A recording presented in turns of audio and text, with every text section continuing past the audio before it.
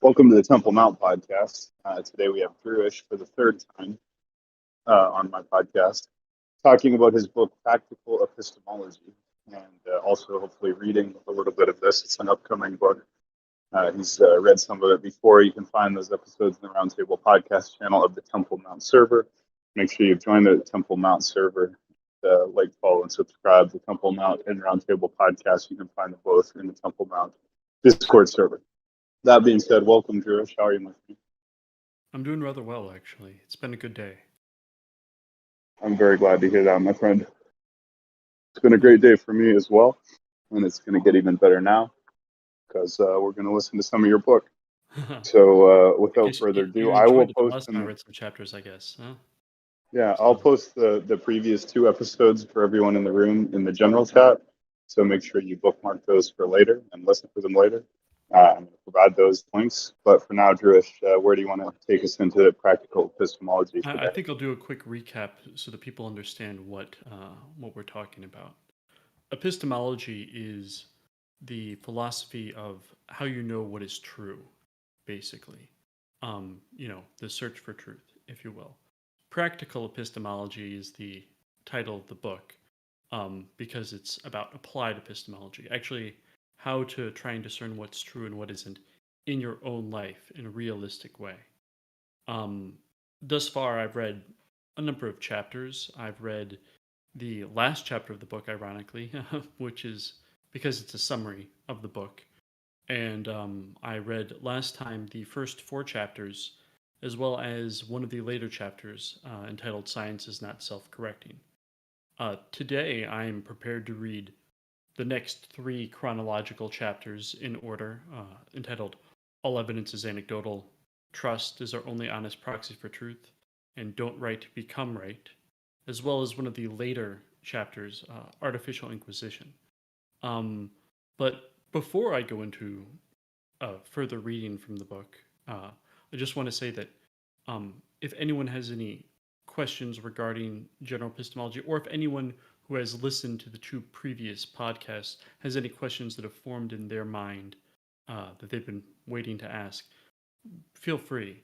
Not to put anyone on the spot, though. I mean, if not, I think I will start by probably rereading the dedication, only because I know that it gets referenced and touched upon slightly in these chapters that I'm going to read, and so it's probably best to have that fresh in people's mind prior to reading those chapters. Um, the dedication, okay. Dedicated to and written for my daughter Clementine. There are lessons that can and should be taught at an early age. Then there are things that only life can teach us. Integrity is a value best learned early, but recognizing it in others will take enduring the inevitable betrayal and disappointment that always finds those who do not hide from life. I have not always been a trustworthy person. I learned to fake integrity, justifying my manipulation. I thought, people lie to themselves constantly. They do not actually want the truth, and I am punished as often as rewarded when I am honest. The sad reality is that I could not lie to others and not make it a habit, by which I came to lose track of what was even a lie anymore. How can we trust others if we know we are not trustworthy? How can I trust that I am being honest with you if I know I cannot trust myself? You are my child, and I want to be someone you can rely on for an honest judgment. I hope to help you to know and see in others the integrity I want for you. People rarely change after a certain age, and when they do, it's often for the worse. But I must try. This text is as much a roadmap for myself in knowing that integrity which I must model for you as anything else. I can sense honesty because I know the smell of deception so well. Contained within are lessons learned the hard way, in the hopes that you may be spared some of the harsher trials of that journey. So, to refresh people's notion of how I formatted this text, every chapter I begin with a quote. Um, Sometimes I also end them on a quote, but not always. And I will, though there are many references, and sources that I intersperse throughout, asides, articles, and things like that. That's mainly that doesn't really translate very well to step aside for reading those, and so I'll merely be reading the text as written, and will avoid any of the citations or examples which are shown on the side that aren't in line in that regard. So if it seems like I'm making a whole lot of claims and not giving enough examples, uh, if you actually look at the text, you would see a whole lot more in the way of expanding upon the ideas that are in there. Um, so the first chapter, which I'm prepared to read, is entitled "All Evidence is Anecdotal." I'm not upset that you lied to me. I'm upset that now I can't believe you. Friedrich Nietzsche. Imagine a scenario where the internet is gone. You have no maps and need to get to a rendezvous point to meet a friend. Would you be better served by having the precise address or turn-by-turn instructions to get there from your current location? The answer to the question, where is it, is far less useful than how do I get there? Have you ever read the methodology of a scientific paper? It's a section describing the way in which the data for the study was gathered and then turned into the resulting information presented. If you want to know what was the specific wording they used for questions on this poll, or did they drop any of the results as outliers, then look to the methodology. If the study is an answer to a question, then its methodology is its story or how that question was answered. If you wish to run an experiment yourself to see if you can replicate the results, then the methodology will give you the recipe. When Galileo posited forth his law of inertia, which is very similar to Newton's first law of motion, he put forth an imagined experiment.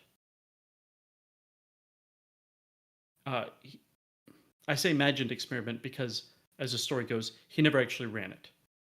In this experiment, a rider on a horse has a ball, which he drops while the horse remains stationary. The ball falls beside the horse. Then, the horse moves forward at a stable gallop, and the rider drops another ball in the same way. Rather than falling where he let go, it continues to move forward until it hits the ground, again falling beside the horse. In this way, the rider could toss a ball straight up and then catch it again, as long as he continues to move forward at the same speed.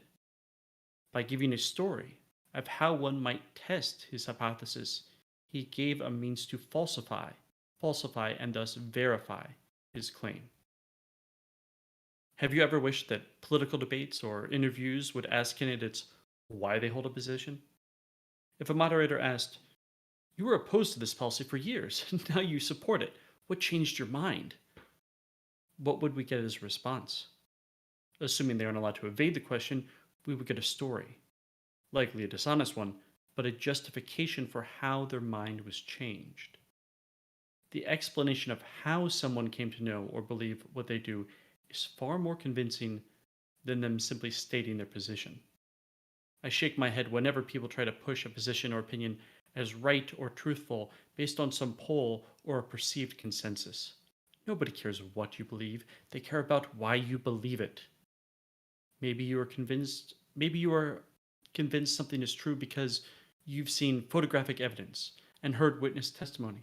So share the photos and the transcripts or recordings of that testimony. Now, if you already trust a person, an institution, or a source, maybe their reputation is enough for you. You trust their authority, and so you don't feel the need to question the details. That's fine. But do you get to choose, at least in free societies, which people and organizations you trust? If you don't trust the source making the claim, either because you don't know them very well or because you've had them lie to you in the past, then of course you will want them to show their work. After all, if what they're saying is true, then asking a few questions should help to clarify things, right? Of course, if then the excuses come out, oh, but statistics can't be twisted, and the public is uninformed, or statistics can be twisted, and the public is uninformed. If we share the raw data, they won't understand it. then how do you know they aren't manipulating those statistics? Or maybe it's the evidence requires security clearance, so you're just going to have to trust us. Sounds reasonable enough, but the landmark case that established the state secret privilege was based on a lie. See United States versus Reynolds and the related declassified documents for more on that. How about this one? They're after me for what I know. I don't want to put you at risk. Ah, so it's just fine to tell you their theory, but too dangerous to substantiate it? And the list goes on and on. Now, sometimes people admit when their justifications are flimsy, such as, I heard it someplace, but I can't remember where. There's nothing wrong with admitting that you're operating on an impression or flimsy justification, so long as the resulting conclusion is easily displaced by firmer evidence. Be wary of those who would obscure their reasoning or hide the story behind their claims. If someone refuses to even explain why they believe something, and they haven't established trust, or worse, have abused your trust in the past, then you'd be a fool to trust them now. And just as a side note, you should disregard meta analyses. A meta analysis is when, instead of running a study or series of experiments themselves, someone combines several research papers from various sources and use their conclusions as data points in their study. These are often hailed as a way of overcoming whatever biases might slip into a single experiment and increasing the effective sample size. However, they assume that failures of scientific rigor are the exception, not the rule. They do not account for biases that are pervasive across scientific studies.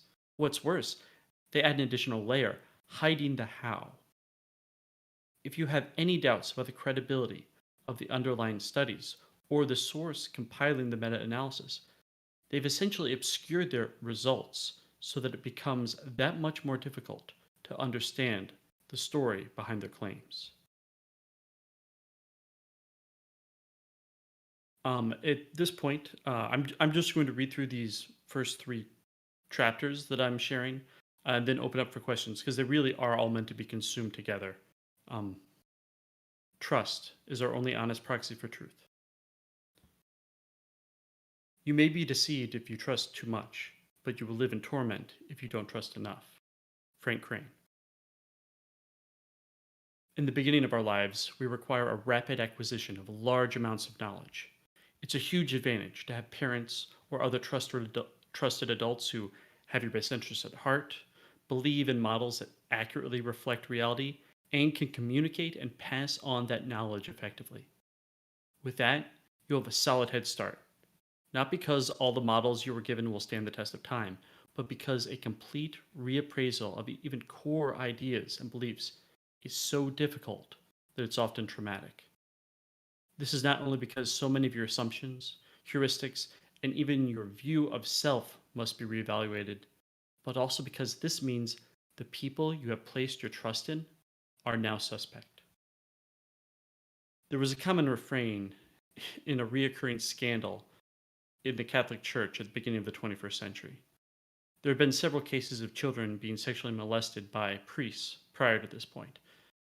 There had even been local and national dioceses being exposed as having helped to cover up some of these crimes, moving clergy and protecting them from prosecution.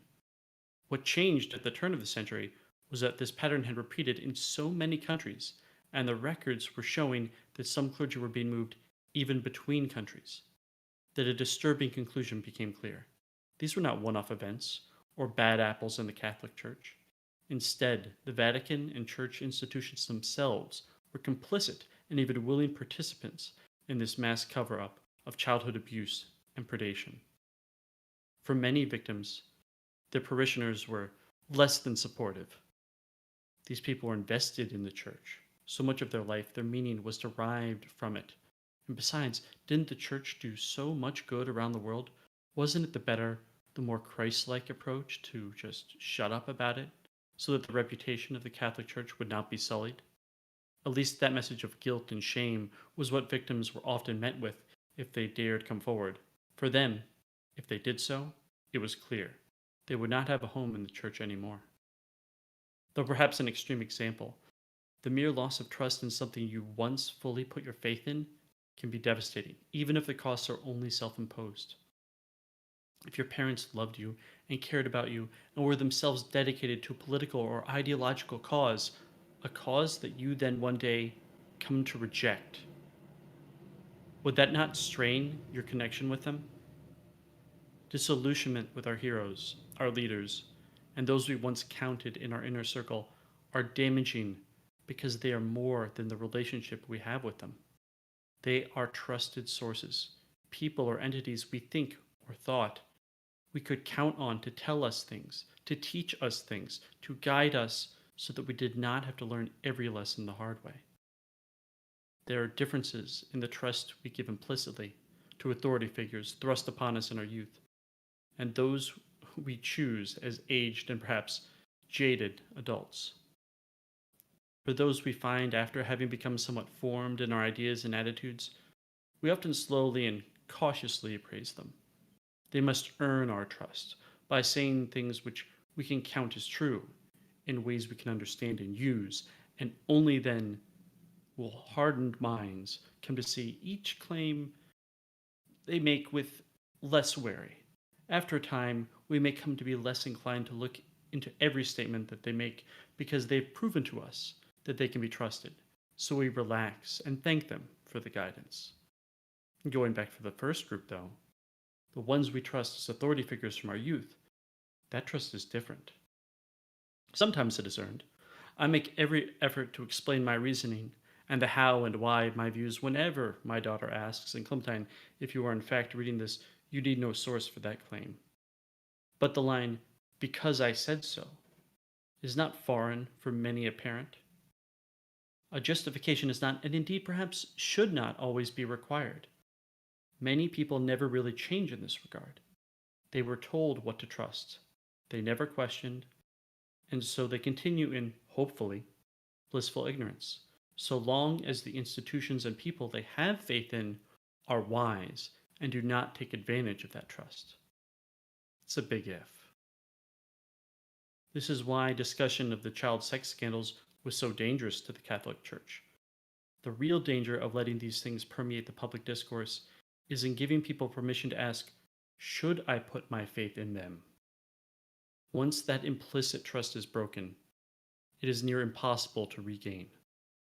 Only the more shallow and skeptically earned trust might be hard won, and that is of very little use to those who view trust as marketing strategy, enabling them to take advantage of brand loyalty.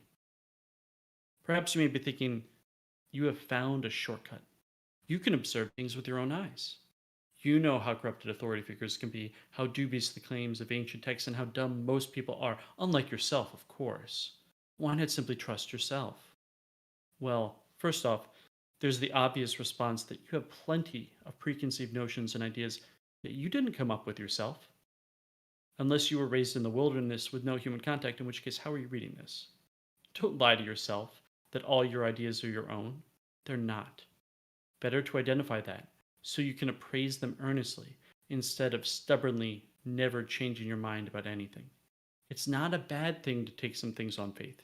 You're effectively required to, but admit it to yourself when you are. If we do not outsource something of our understandings of the world, then the paranoia, the isolation, and indeed the massive time sink required to learn anything becomes impossible to handle. We have thousands of years of human knowledge and experience behind us.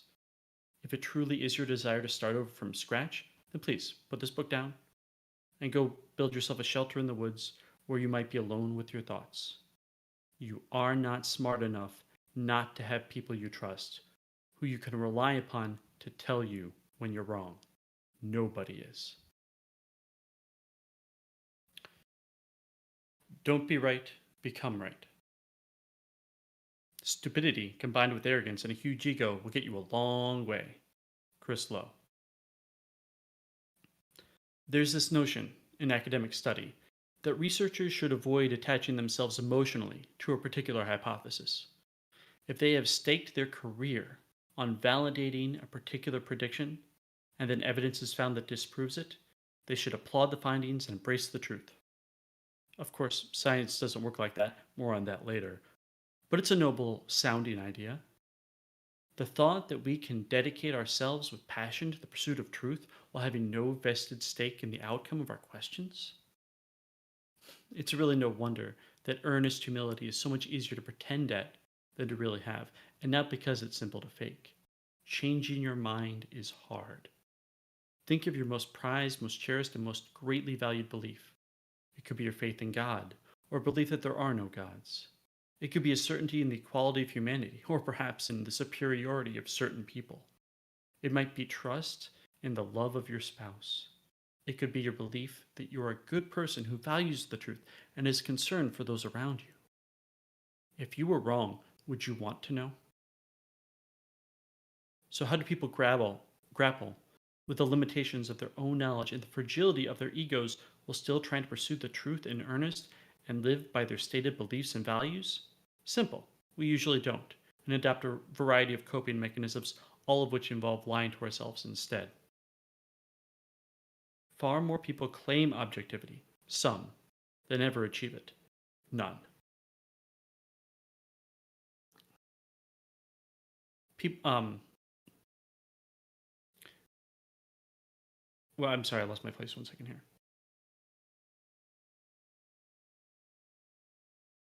Oh, sorry. People who claim they have no biases are lying to themselves about as much as those that say they take nothing on faith. There are those who make no such claims at objectivity, claiming instead that they can't because there is no truth. They don't humbly admit that the truth is beyond them to ever fully grasp. They're instead there's let me say this sentence again. I apologize. I'm going to grab a drink real quick. My voice is going. There are those who make no such claims at objectivity, claiming instead that they can't because there is no truth. They're not humbly admitting that the truth is beyond them to ever fully grasp. They're instead insisting that it simply does not exist. These people, despite suggesting that all is subjective, still manage to have opinions. In fact, they pretty much always have opinions about other people and society. It's almost like they want to use the, well, that's like just your opinion, man, cop out selectively whenever they don't want to have to bother defending their views. Then there are people who say, yes, there is truth, but I know I'll never be able to know it, so why bother?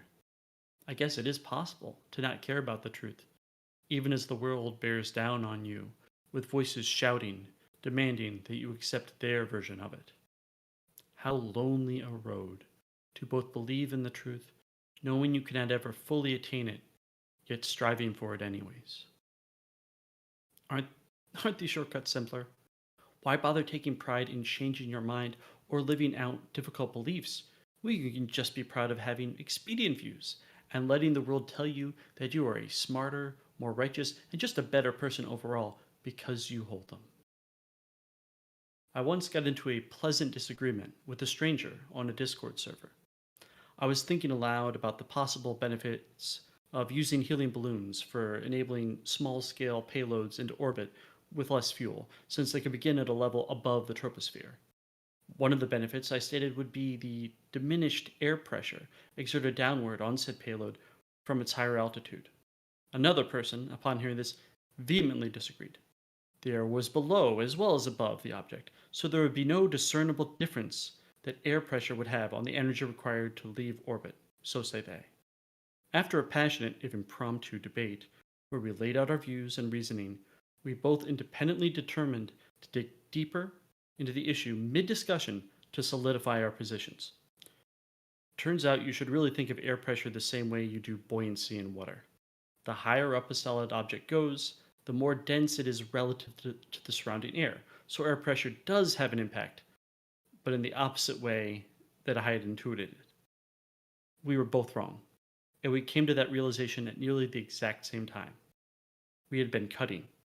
We had put our egos on the line, and a few insults had been slung, but we were both glad to have learned something from the exchange, admitted our mistakes, and laughed.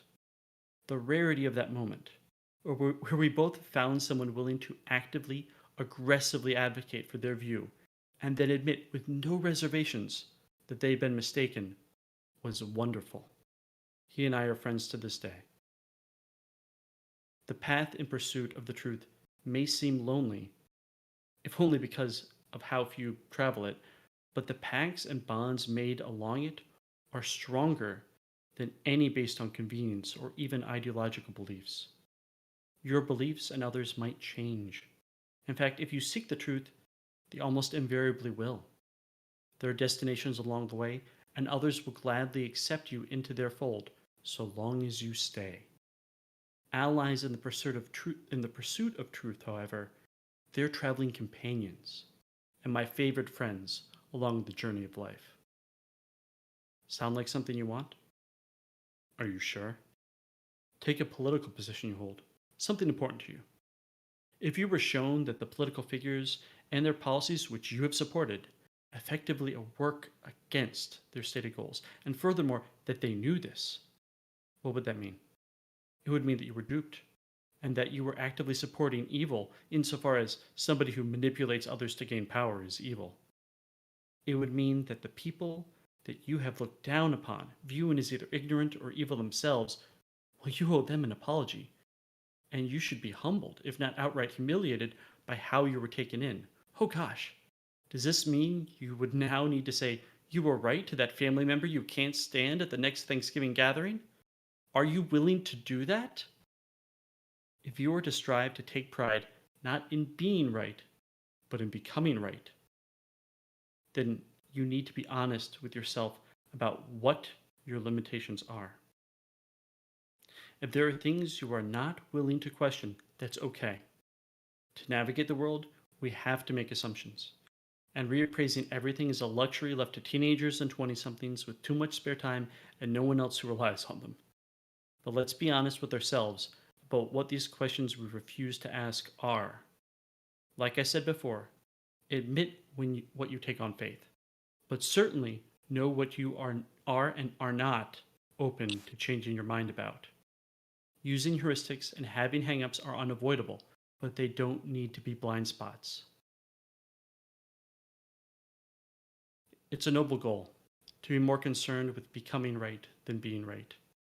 It's also one few people have, and of those who do, most fail miserably.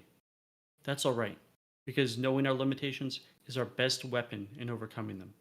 Introspection and humility won't stop you from putting your foot in your mouth or acting the fool at times, but they can help you to be self-correcting. This friend I met because of debate over air pressure, he invited me to join his server. The place had a firm libertarian bend when I joined.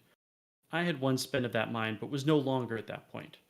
Regardless, I greatly enjoyed the political discussions there, entirely because it was a group of people who disagreed with me, where my willingness to give reasoning and arguments for why I disagree with them was welcomed and appreciated.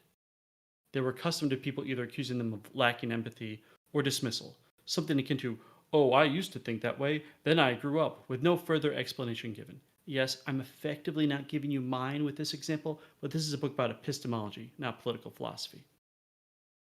Over time, however, something unfortunate happened, from my perspective. The culture of the server changed as more people began to accept my views on positions. My arguments were novel to them. They were open to having their minds changed, and they did so. Why is that a bad thing? Well, because I would have much rather learned from them than the other way around. Not because I wanted to be wrong, but because I selfishly would rather learn something from a conversation than teach something.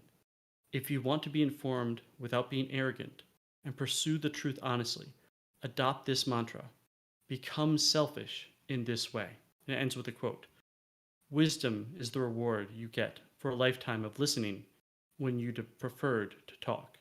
Doug Larson.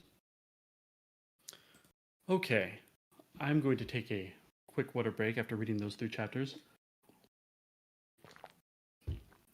But yeah, to anyone who has actually, if you've listened to the previous podcast, if you listen to the earlier chapters followed by those, you'll see how they're building upon each other chronologically and conceptually as well. I guess I should open it up for some questions if people have them. I mean, there were a lot of things that I touched upon there. No questions, but I just want to say thanks. Your work seems really good.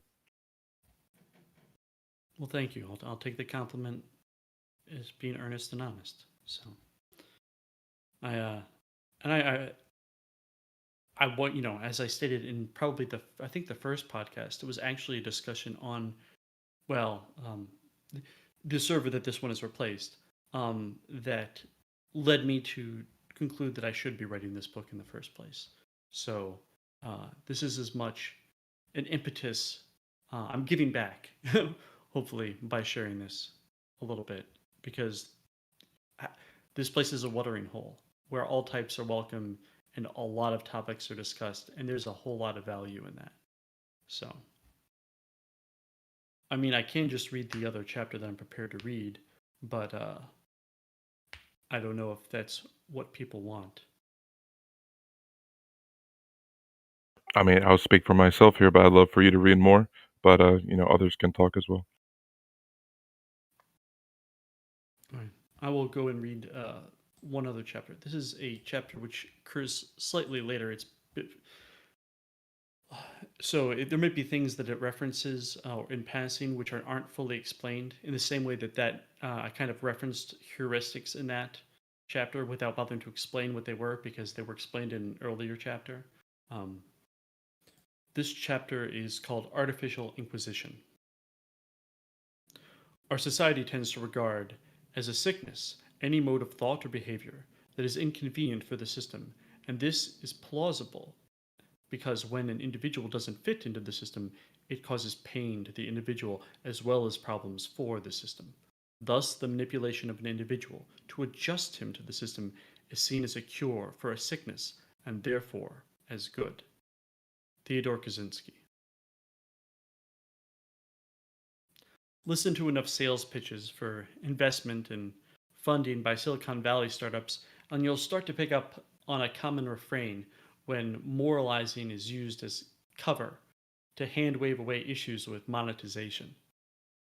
This rhetoric you will hear is a refrain that harkens back to a vision that was ascendant in the late 1990s and early aughts.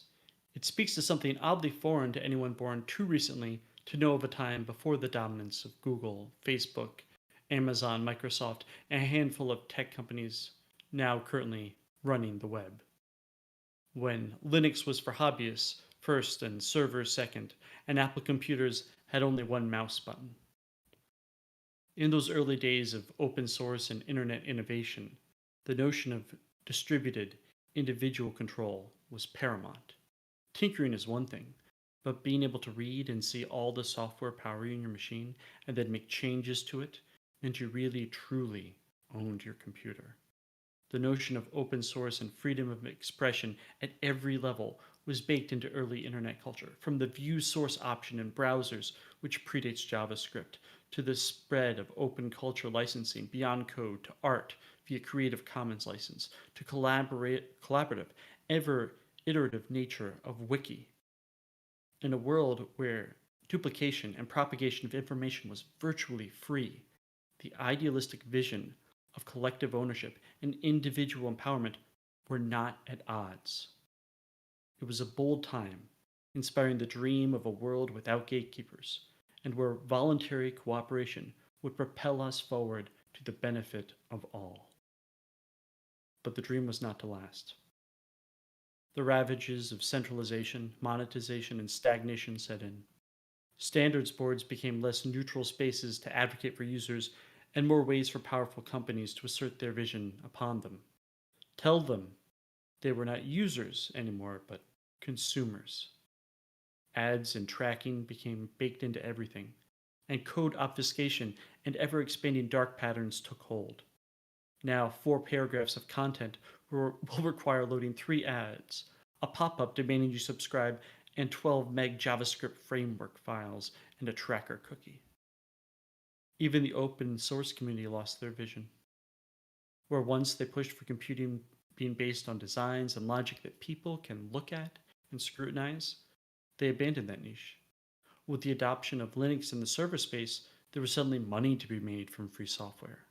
Why insist on open code when adding proprietary pieces expanded your market share via vendor lock-in? Why prioritize simple and clear code when you can make money from support? The open source community slowly abandoned the notion of readable, legible code, chasing adoption, and promoting the free, as in no cost, aspect over community maintained and contributor driven culture. Now your Amazon Echo runs Linux to connect back to servers at Amazon's data center. It sends your commands to proprietary code on those servers that then do all the heavy lifting and tell the Echo what to do and how to respond. The Android phone operating system, based on Linux, is open source, but uses the black box of Google Play services to validate applications and provide the API calls that power most of the system's functionality.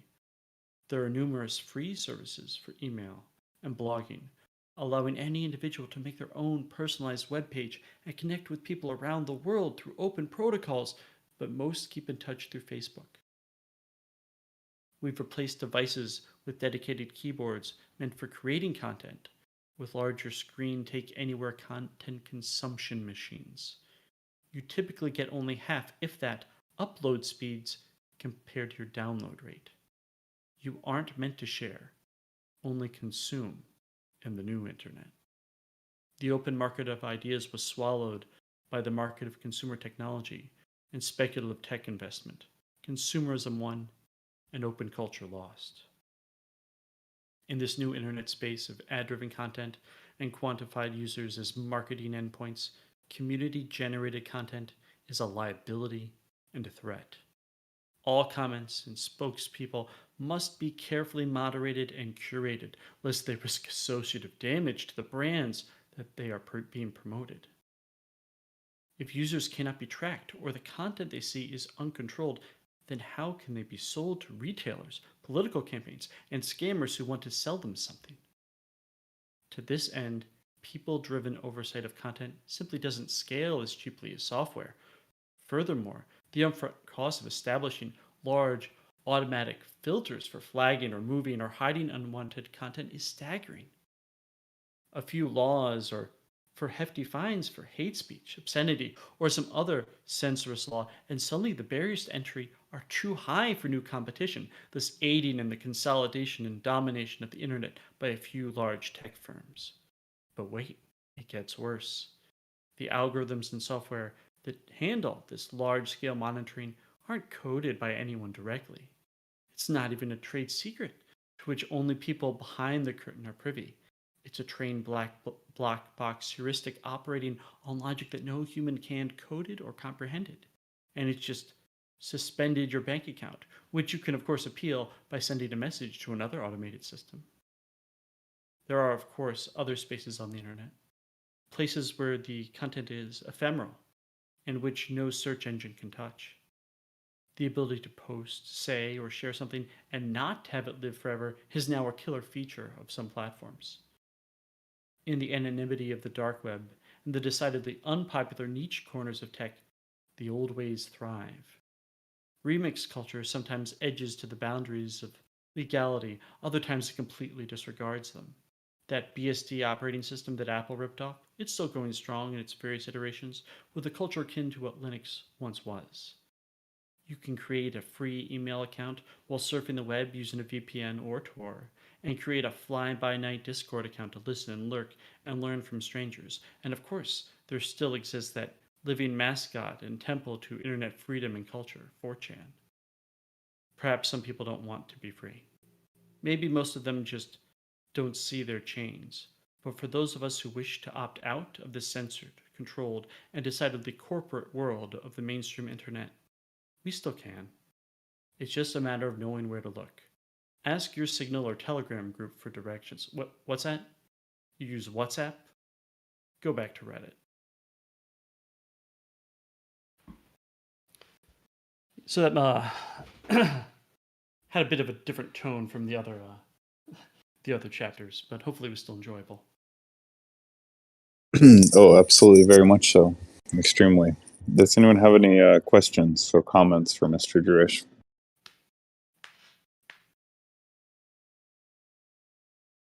I mean, thank you so much. I really enjoy these, listening to an author read their rating and someone as interesting and intelligent as yourself. It's always a pleasure. So I want to thank you for sharing. Oh, not a problem. Not a problem. I think I made a few notes as I was reading. Oh, I have a typo here. Oh, I should reword that kind of a thing. But it's very helpful to read aloud just to clarify the thoughts and make sure that I'm expressing the ideas in the way that I want to express them.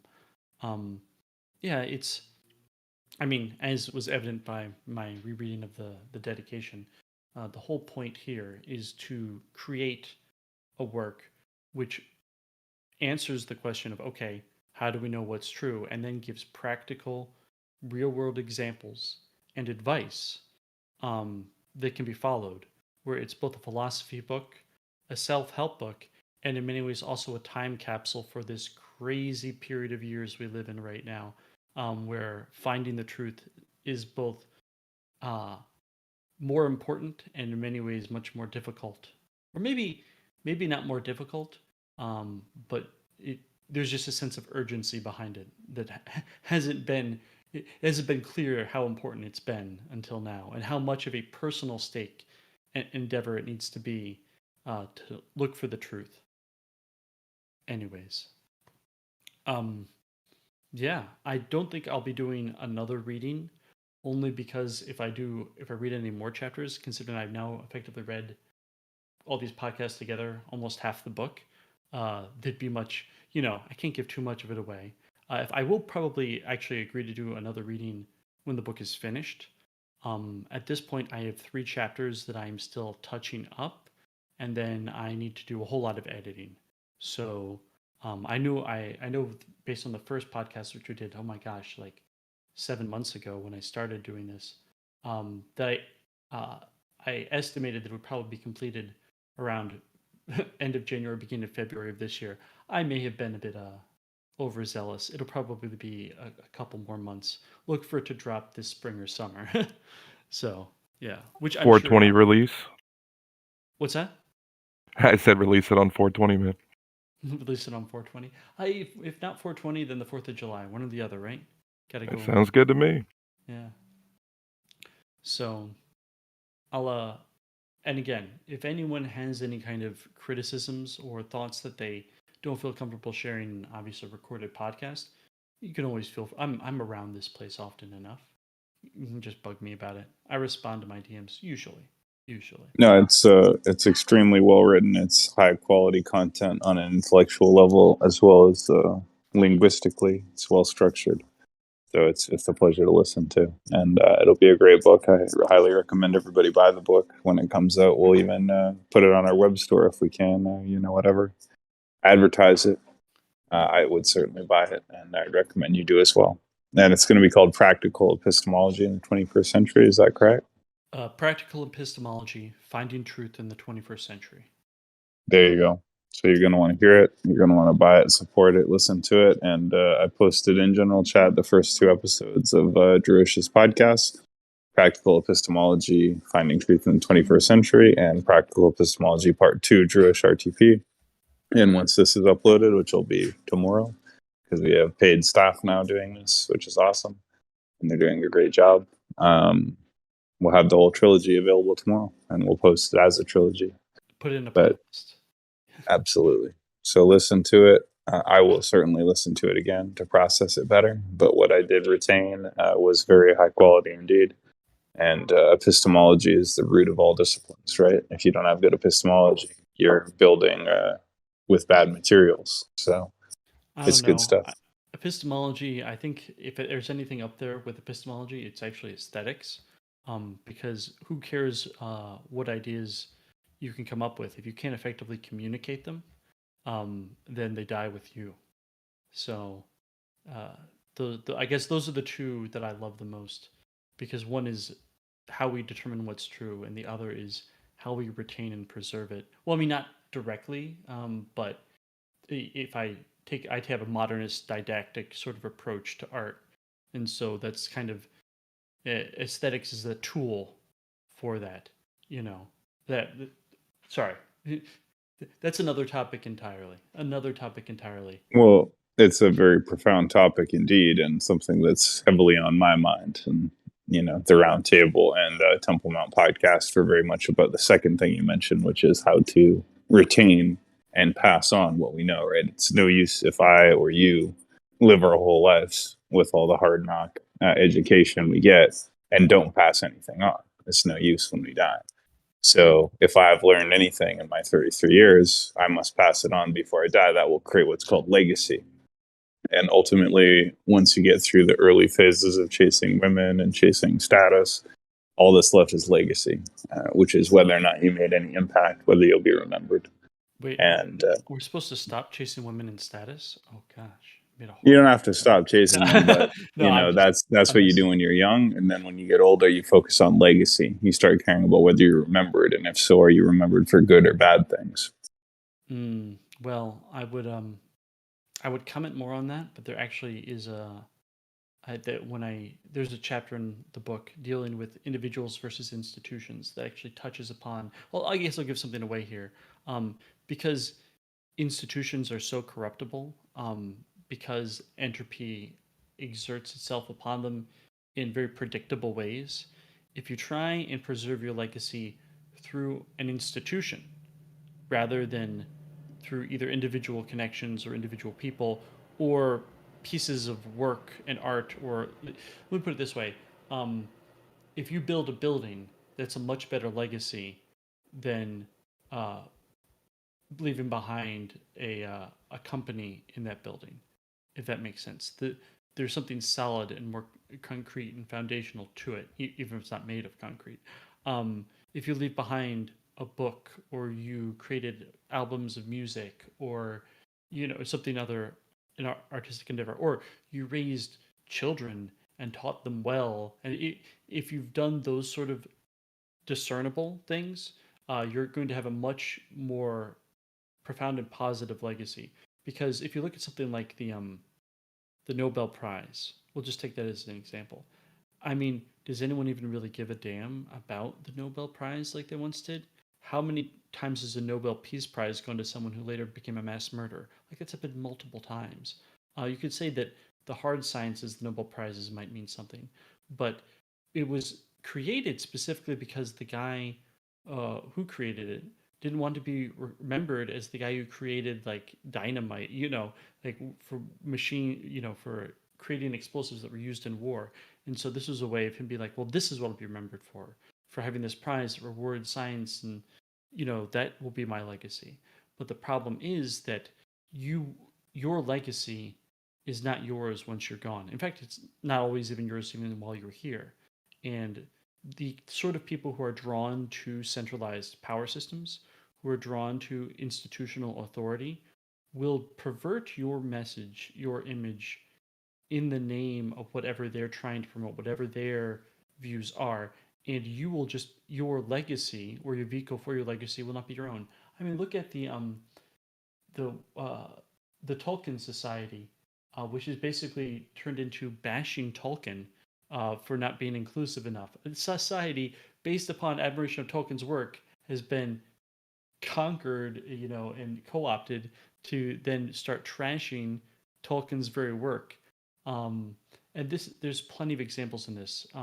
A clear example being like, Martin Luther King Jr. We just had we just had his holiday.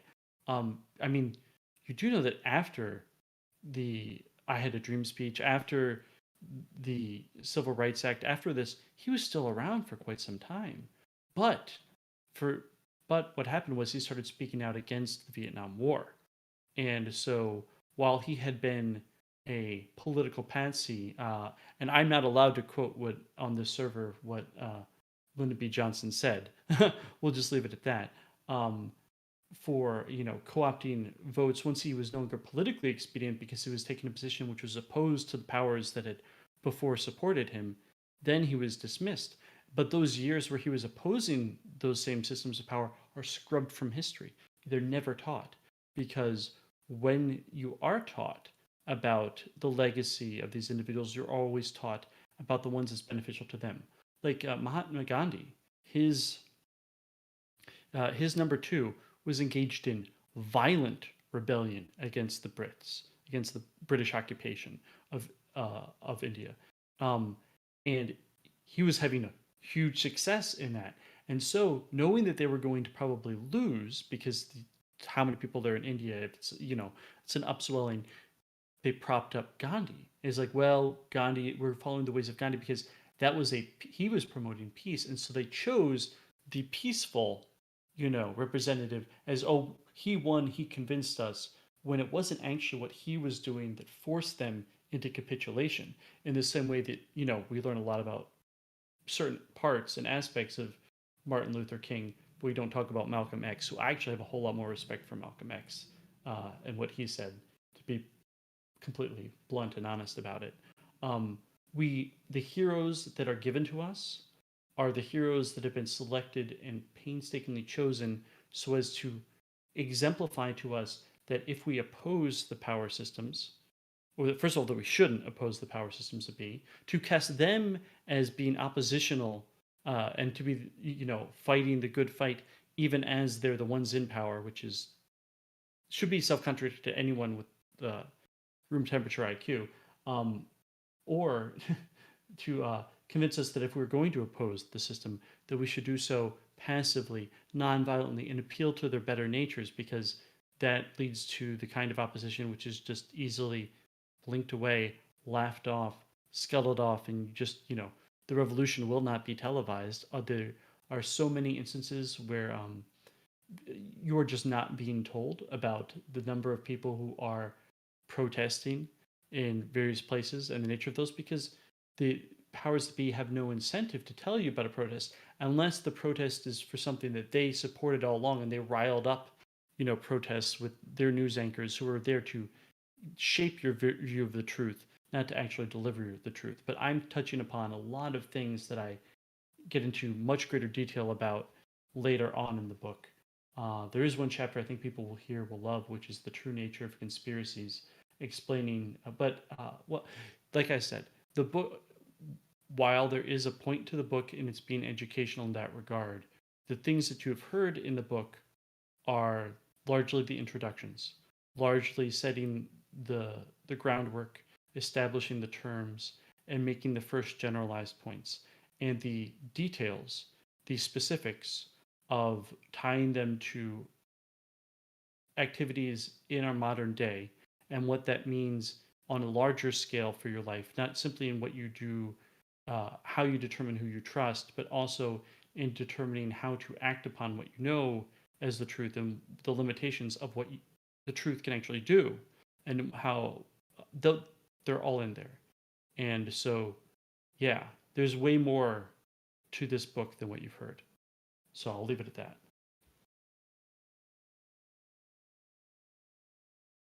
And I've rambled on far too much. I think we can end it there. Thank you so much for being on the podcast for a third time, Drewish. Thank you to the audience for attending, the recorders, uploaders, and please listen to the first 2 episodes of the trilogy in the general chat. We'll upload the whole trilogy tomorrow. Thank you, Drewish, for your time and your content. And thanks, everybody. Let's jump up to the forum, I guess, or the video chat. But that concludes this podcast, the Temple Mount Podcast, episode 4. You can find it all on the Temple Mount Podcast and the Temple Mount Podcast channel. And we'll be recording quite a few episodes over the next few days, so make sure you keep an eye on the announcements channel. That being said, God bless. See you upstairs.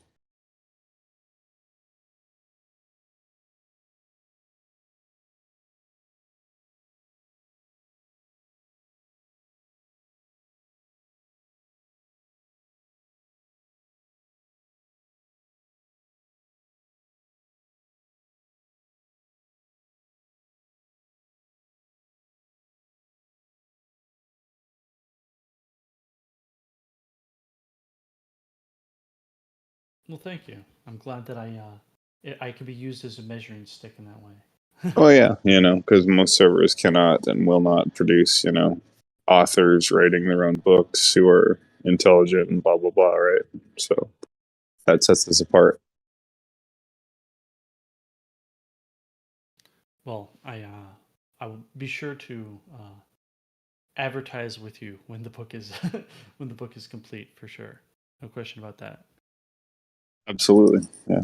I'll buy it, and I'm sure a few other people will as well. And the question I'm going to run into is what formats to release it under.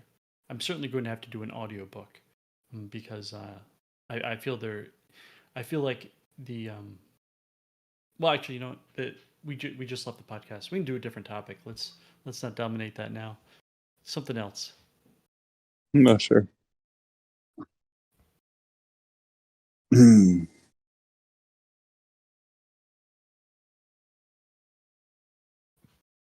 me. So Shogun, this is an odd question, but do you play any games?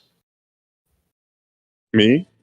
Yeah, either are you like a card game person? Do you have like a video game you like to play? Are you like, I have this mobile game I'm addicted to on my phone? You know, I Well, don't suppose you necessarily have a lot of time for games. I'm just wondering. mhm. Yeah, well, Shogun doesn't work, so he has time for games all the time. I actually like games a lot. I haven't played any games since basically I made the Roundtable server because that kind of became my quote unquote game. You know, it's a game of sorts. Discord, that is. So I haven't really played much in the last few years, but I've played the Elder Scrolls series, you know, Morrowind, Skyrim, Oblivion. I've played the Mass Effect series, Mass Effect 1, Mass Effect 2, Mass Effect 3. Played the Total Warhammer games, Doom, you know, everything from classic Doom to Doom modern Doom. Quite a few games, yeah. Master of Orion. Masters of Orion 2 was an amazing game. And that's one of the greatest games ever made, dude. If it weren't for the fact that it takes forever to play, if they found a way to do simultaneous play, you know, that's all it would need. If you just took Masters of Orion and you said, okay, we're going to make the turns simultaneous, so everyone's kind of doing their turns at the same time, and there'd be simple ways in order to balance that. That game would be so improved for multiplayer, and then I'd play that all the time then. Because the only downside is if you play and there are like 5 people, you're sitting there waiting for your turn, you know what I mean? So you lose focus.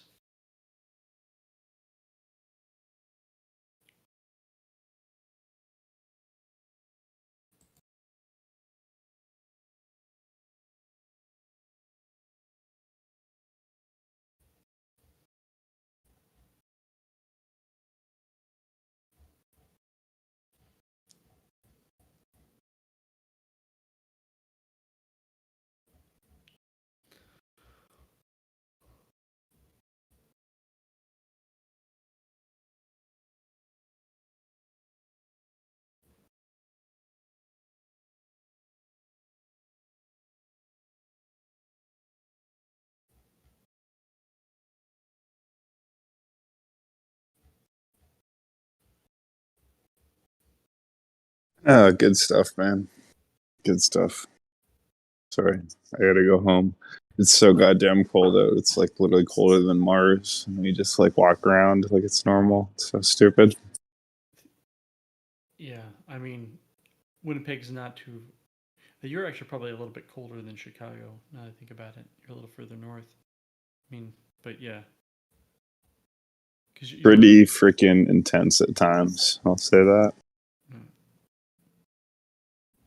I mean, the Buffalo area had a lot more snow, but it wasn't nearly as cold. So, different kind of and with pandemic situation where people are kind of locked down anyways, there's no real, like, man, the incentive to go outside, like when it's this cold and there's all that stuff, I don't want to go anywhere. I'm like, yeah.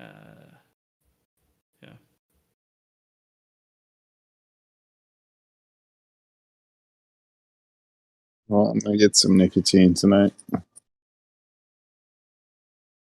think. No, I have a question. We pulled Rafi's mic up here. Does that mean Rafi's still recording? Probably, yeah. But I'll okay. fix it. I didn't mean to do that. I'm going to move him back down. But yeah.